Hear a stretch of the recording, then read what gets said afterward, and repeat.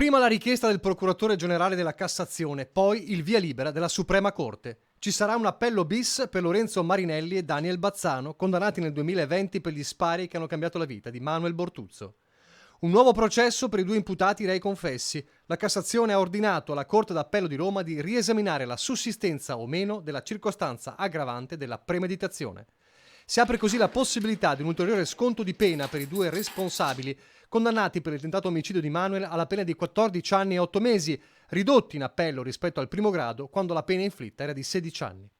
Una notte impossibile da dimenticare, quella tra il 2 e il 3 febbraio 2019 nel quartiere AXA di Roma, dove il 22enne talento del nuoto nato a Trieste e trevigiano d'adozione, che sognava le Olimpiadi, si trovava insieme alla fidanzata Martina.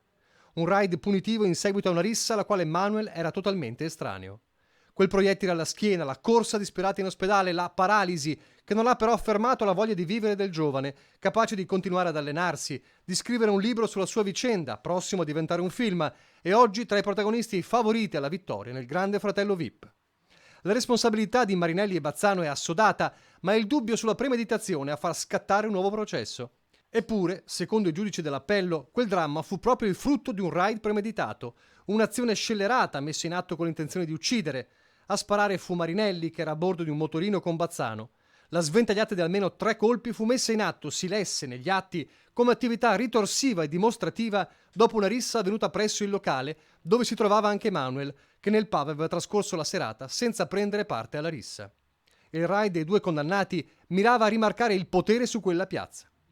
Il processo, la condanna in primo grado, quelli in appello, ora il nuovo capitolo di un dramma che sembra non avere fine per un ragazzo che ha sempre dimostrato di non mollare mai, come quando incontrò i ragazzi del collegio Pio X di Treviso il 18 febbraio di quest'anno. Il sogno di Manuel Bortuzzo è quello di tornare a camminare, è ovvio, non lo perderò mai, anche quello di vincere un'Olimpiade, anche quello di realizzarsi nella vita, di far stare bene le persone che ha a fianco, quindi sono tanti i sogni, come sono tanti i sogni di questi ragazzi, e oggi spero di averli fatto capire che non devono mai smettere di credere nei sogni, mai smettere di credere in quello che vogliono, che nessuno potrà mai fermarli se loro qualcosa la vogliono davvero.